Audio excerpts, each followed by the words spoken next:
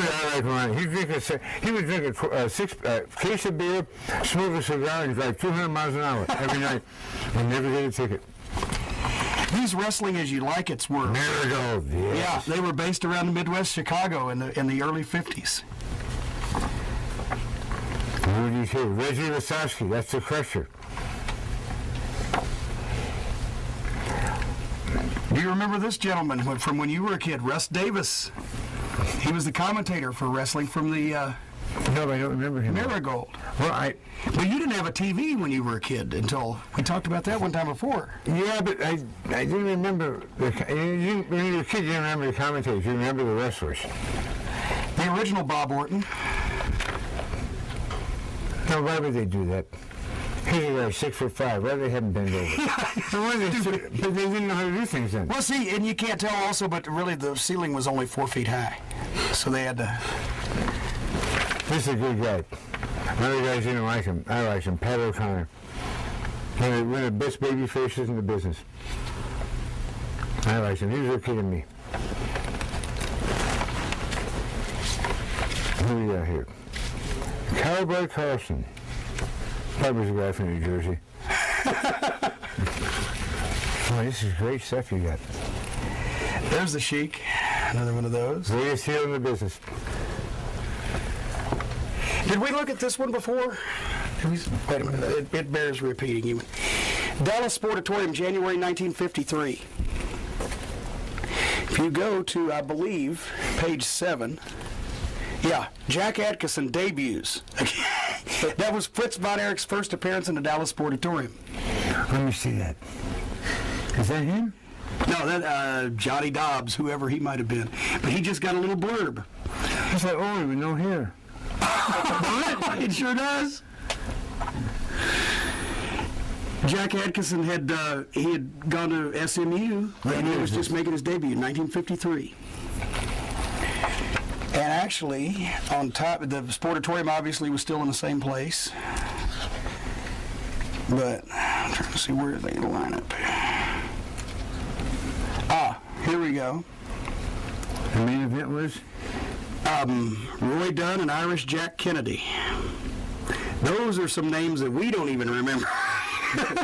Some two guys from the Wendy's. But look at that lineup, and nobody that's ever been heard of, and then there Jack Atkinson is just in the prelim, which proves everybody has to start somewhere. Bill Watts.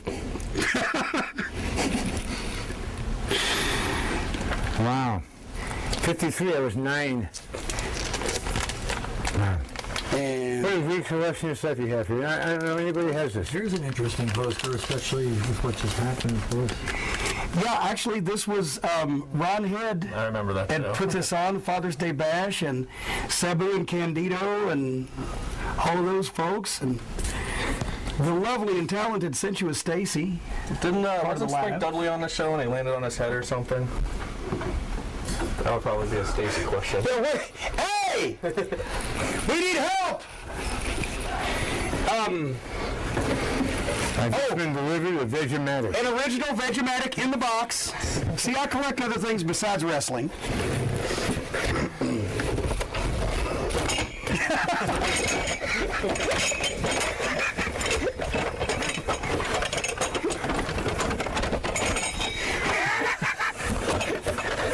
I don't want this. Thank you very much. On the Father's Day Bash, did Spike Dudley land on his head? Has there ever a day gone by that he didn't land on his head? I'm not inclined to say. Do you have any Chris Candido memories that you can share with us? I like to say to Chris Candido and his friends and family, you were a heck of a guy. I love you. I thought he was a good talent, and I liked the guy, and I'm sorry what happened. And the best to you. Well, Kenny, he asked off to work for them that weekend because we were in Knoxville and Johnson City, I think, and he's like, I've got a shot in California. I said, somebody wants to book you in California, Chris? He said, oh, Ron Head and him. I said, oh, okay, go. I said, are they paying you? Yeah. I said, okay, it's more than I'm doing, so. No, I like you guys. Yeah, Chris was a great guy, and he just got turned around and got going, you know, and like Cactus said in The Observer, who would think that you would die of complications from a surgery on a broken ankle? You know, it's just weird.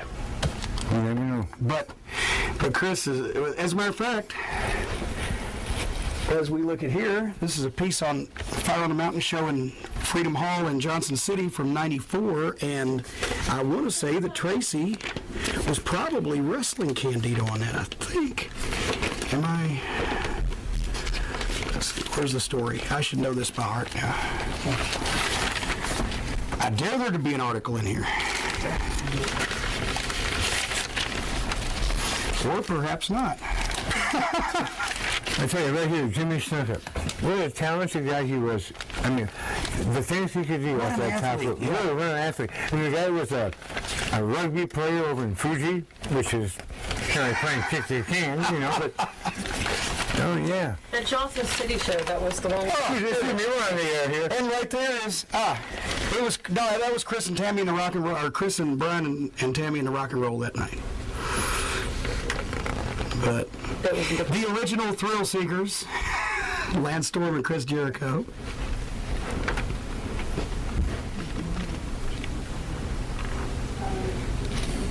That's a Bruiser Bedlam, right? Oh, excuse me.